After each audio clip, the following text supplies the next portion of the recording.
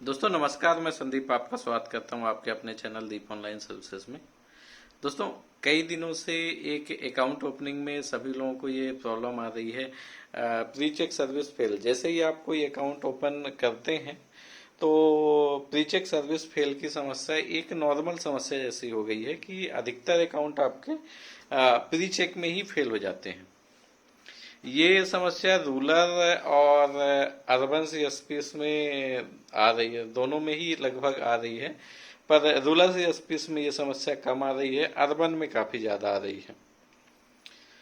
हालांकि ये समस्या लगभग सालों हो गए ये समस्या को, लेकिन अभी तक सिर्फ यही आश्वासन दिया जा रहा था कि ऊपर हेड ऑफिस में काम चल रहा है, और ये सब चीजें लगभग 6 महीने 8 महीने से ही चल रही हैं कि काम चल रहा है, इस कारण से थोड़े दिन में सही हो जाएंगी, काम चल रहा है थोड़े दिन में सही हो जाएगा।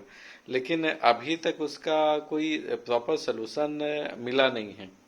अगर आप कोई भी अकाउंट खोलने जाते हैं तो आपको बस यही रहा जाता है, प्री चेक सर्विस फेल। मतलब अधिकतर 90, मैं अर्बन सीएसपी में बात करूं तो 90 to 95% और रूरल में 30 से 40%।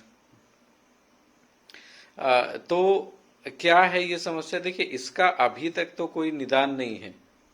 तो अगर आप ये समझ रहे हैं कि मैं निदान इस वीडियो में आपको बता रहा हूं या फिर इसका कोई प्रॉपर सलूशन इस वीडियो में आपको बता रहा हूं, तो बिल्कुल नहीं। इसका कोई प्रॉपर सलूशन अभी तक आया ही नहीं है।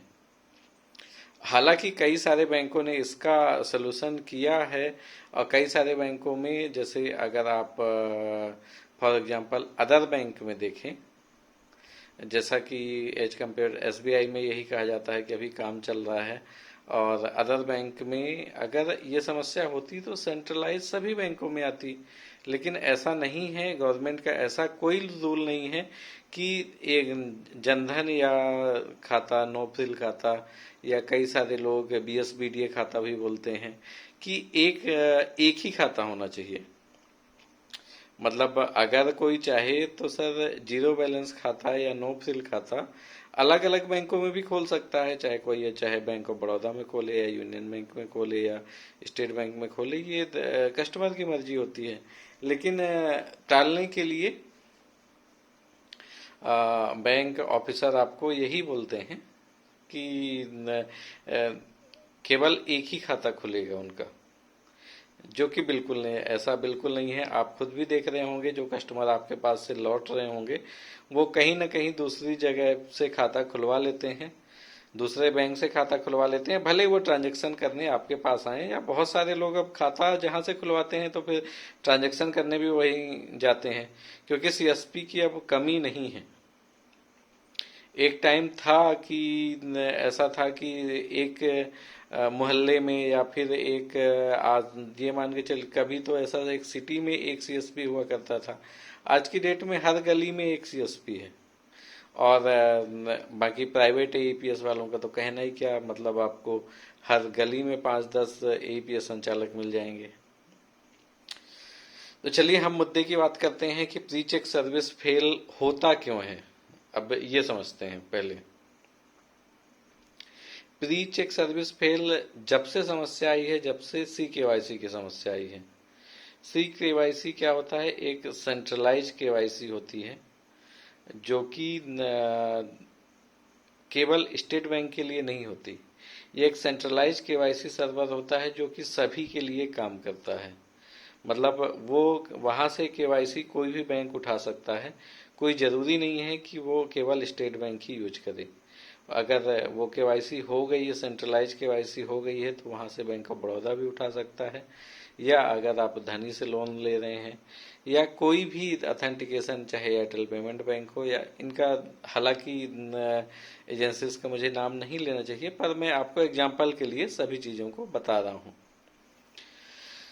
तो हुआ क्या है कि जब से, क्योंकि एसबीआई में पहले जो समस्या होती थी कि बहुत कम जगह पे ही फॉर्म स्कैन होते थे, और सेंट्रलाइज केवाईसी अपलोड नहीं होती थी, जो कि लगभग सेंट्रलाइज केवाईसी का ऑप्शन 2016 या 2017 से चालू हो गया था। एसबीआई में भी पहले ये मिनिमम किया जाता था, लेकिन 17-18 के बाद इन्होंने बढ़ा दिया है। जब CKYC पास होगी तभी खाता खुलेगा। तो ये होता क्यों है? क्योंकि देखिए, अर्बन में जो भी पर्सन्स हैं, तो मोबाइल नंबर सबसे पहला यूनिक जो उनका होता है, मोबाइल नंबर। एक सिंगल मोबाइल हो सकता है, 2-3 मल्टीपल पर्सन भी यूज करते हैं। और एक, अगर फॉर एग्जांपल एक किसी आदमी को आप पकड़ लीजिए अर्बन एरिया में, तो एक मोबाइल से वो हर जगह पे, चाहे वो पेटीएम पेमेंट बैंक में उसका खाता हो सकता है कि उसने खोला हो या नहीं भी खोला हो, पर कहीं ना कहीं से चाहे पेटीएम KYC करने वालों ने खोल दिया हो, या किसी उसके मित्र रिश्तेदार या किसी ने भी भले ही कैशबैक के लालच में खोल लिया, कैसे भी किया उसने, डजेंट मैटर। या तो उसने पोस्ट ऑफिस में खाता खोल लिया, या फिर कहीं भी उसने अगर जीरो बैलेंस खाता खोल लिया है, उसकी CKYC अपलोड हो चुकी है पहले से, उसका उसने मान लीजिए किसी भी बैंक में खाता नहीं खोला। एक चीज ये भी है, अगर मान लीजिए उसने धनी के लोन के लिए अप्लाई किया है, या कोई ना कोई बाइक लोन, कार लोन, फिर आजकल लोग मोबाइल होम क्रेडिट से मोबाइल के लिए लोन उसने लिया है, कहीं भी अगर उसकी एक बार KYC, मतलब ये मान के चलिए कि फाइनेंशियल इंस्टीट्यूशंस के पास पहुंच गई है, मतलब वो सेंट्रलाइज सर्वर में चला गया है। जैसे ही वो सेंट्रलाइज सर्वर में अपलोड हो चुका है, अगर आप वो आधार नंबर, मोबाइल नंबर, या फिर उसका वोटर ID ही डालें, अगर आप अपने SBI सर्वर से डाल रहे हैं, वो सीधे CKYC रिजेक्ट कर देता है। तो सबसे बड़ा रिजेक्ट होने का कारण ये है। अब इसके बाद कई सारे जो बैंक ऑफिसर हैं, वो स्टार्टिंग में ये बोल रहे थे कि जो वो खाते रिजेक्ट हो रहे हैं जो पेमेंट बैंक, यानी इंडिया पोस्ट पेमेंट बैंक जो जिसने खोले हैं। ऐसा कुछ भी नहीं है। कई सारे आप कस्टमर से पूछेंगे तो उनका वो इंडिया पोस्ट पेमेंट बैंक या फिर पोस्ट ऑफिस वाले बैंक के बारे में उनको पता ही नहीं है कि पोस्ट ऑफिस का बैंक चालू हो गया है। उनका मेन रीजन यही है कि कहीं ना कहीं उनकी KYC फाइनेंशियल इंस्टीट्यूशन के पास गई है, इस कारण से वो उनका खाता नहीं खुल रहा है। SBI इस चीज में अभी तक इनका, हालांकि ये मामला जो ऊपर बड़े अधिकारी हैं उनके संज्ञान में जरूर है कि ऐसा हो रहा है, लेकिन वो अभी इस पे कोई, मेरे हिसाब से कोई सुधार की मंशा अभी तक तो मुझे नहीं लग रही है कि है, क्योंकि खाते ऑलरेडी बहुत ज़्यादा हैं। और हालांकि बैंक नए खाते चाहता है कि नए कस्टमर ऐड हों, लेकिन अब इतना ज़्यादा भी नहीं, क्योंकि जीरो बैलेंस खातों में आपको भी पता है कि लोग मिनिमम बैलेंस रखना चाहते हैं। अगर लोगों के खाते में 100 रुपये भी है तो वो 100 रुपये भी निकालना चाहते हैं। पहला रीजन तो ये। इनके अब इसका निदान कहाँ से हो सकता है, ये मेरी सोच के हिसाब से, ये ना तो एडवाइस है, बस मेरा एक सोच है। जैसे कि देखिए, अदर बैंक प्रोग्राम में अगर आप देखेंगे, मैं किसी भी वजह से बैंक ऑफ बड़ौदा का फॉर एग्जांपल लीजिए, वही केस में अगर आप स्टेट बैंक में खाता खोलते हैं, रिजेक्ट हो जाता है, वो जाके किसी बैंक ऑफ बड़ौदा के CSP से खाता खुलवा लेता है। ऐसा आपने बहुत सारे लाइव केस देखे होंगे। मैं ये नहीं बोलता कि एक केस चाहें तो आप ये ऐसा अब करके देख सकते हैं। जिनने नहीं देखा ये भी करके देख लीजिए कि वही आधार कार्ड लेके वो बैंक ऑफ बड़ौदा के CSP या यूनियन बैंक या किसी भी बैंक के, अदर बैंक के पास वो जाता है और खाता बड़ी आसानी से खुल जाता है। सेम डे उसको अकाउंट नंबर मिल जाएगा, सेम डे पासबुक मिल जाती है, वो दोबारा आपकी तरफ नहीं आता। इसका मतलब यही है कि अभी जो CKYC की जो प्रॉब्लम है, वो हालांकि जब तक पहले अपने यहाँ पे डीएसएच बनाए गए थे, बीच में सभी लोगों को पता चला था और सबके फॉर्म डीएसएच से अप्रूव हो रहे थे। सभी ने खाते अगर खोले होंगे तो सभी को पता होगा। अब कई जगह पे डीएसएच हटा दिए गए हैं। वो नो ये बोला गया था कि डीएसएच चालू हो जाएगा तो ये समस्या सॉल्व हो जाएगी। डीएसएच सिर्फ डीएसएच बनाया क्यों गया था ये बात भी अपन कर लेते हैं। अब वीडियो थोड़ा सा ज़्यादा लंबा हो जाएगा तो थोड़ा सा पेशेंस करके देखिएगा।